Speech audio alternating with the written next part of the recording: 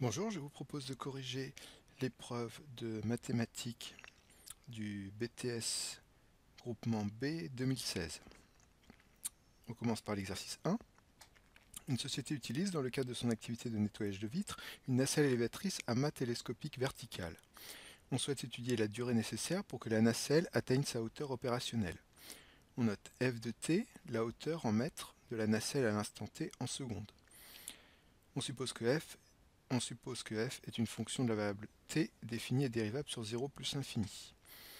On va commencer par la partie A, résolution d'une équation différentielle.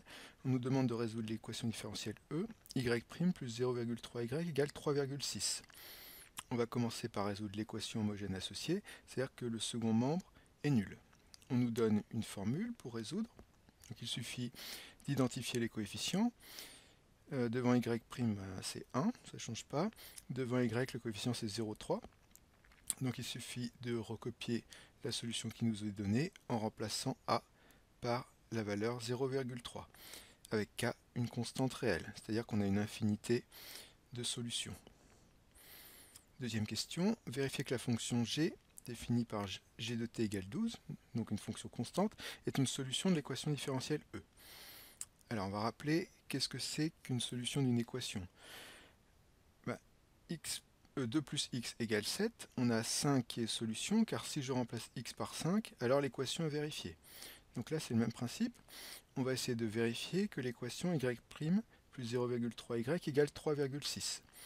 Donc on va remplacer y par g, y' par g', et on doit obtenir 3,6. Donc on a besoin de calculer la dérivée de g. La dérivée de 12 c'est 0.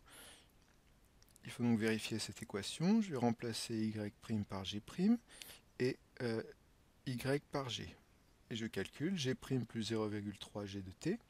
0 plus 0,3 fois 12, on trouve bien 3,6. C'est bien le second membre de l'équation. Donc l'équation est vérifiée et donc g est bien solution de E. On déduit l'ensemble des solutions de l'équation différentielle E. Alors, un résultat de cours à connaître, les solutions générales de l'équation différentielle, ce sont les solutions de l'équation homogène, celles qu'on a déterminées à la première question, plus la solution particulière de E qui nous était donnée à la seconde question. Donc on va reprendre les résultats de la première question d'abord, les solutions k fois exponentielle de moins 0,3t, plus à la deuxième question, g de t égale 12, et on va faire la somme de ces deux solutions pour avoir l'ensemble des solutions de l'équation E, avec k toujours une constante réelle. Quatrième question, à QCM, on a représenté à l'aide d'un logiciel certaines solutions de l'équation différentielle.